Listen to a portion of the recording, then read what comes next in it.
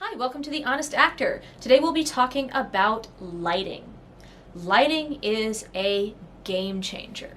I have a very specific lighting that I like to use for myself, and that is a diffused. I have two newer lights here.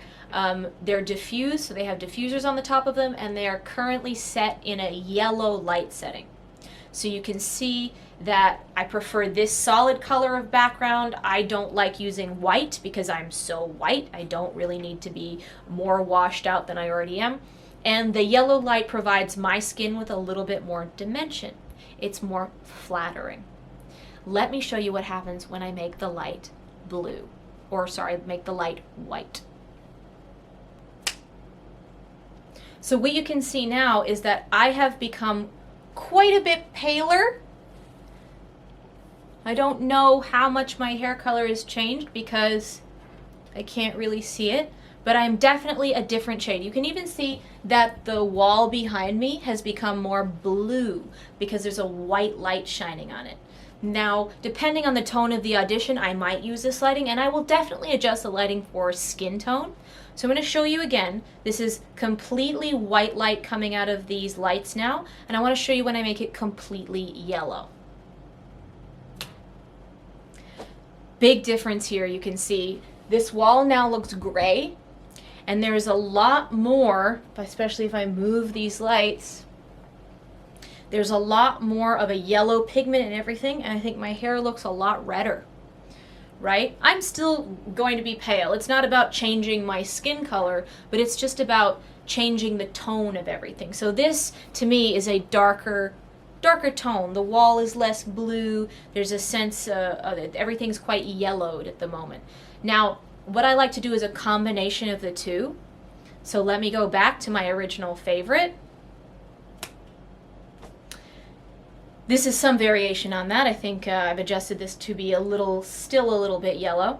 I do want to comment also that where I've positioned the lights is very important as well. I have a key light hitting this wall here. It's not facing me. And then I have a light over here that is facing me. Now, because I am so pale, I bounce light quite effectively.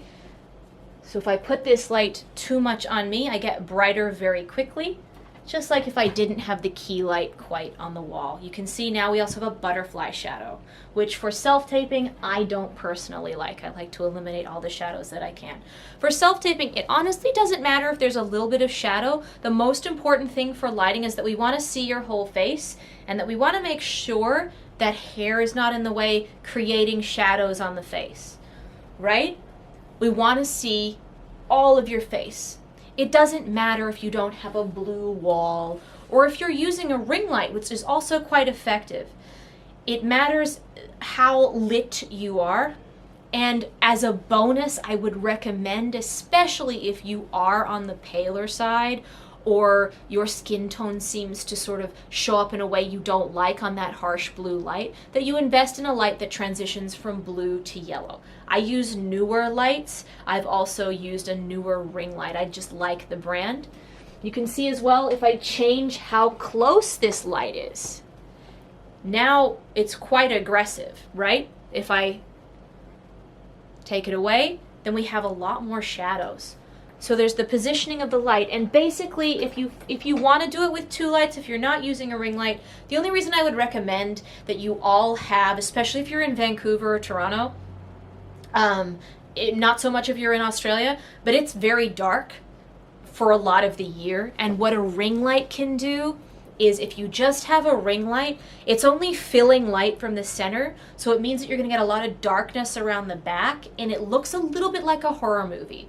So if you are auditioning for a rom-com, a Hallmark, or anything of that nature, it's going to look a little aggressive because you are not helping the light fill from the sides, or at least getting a key.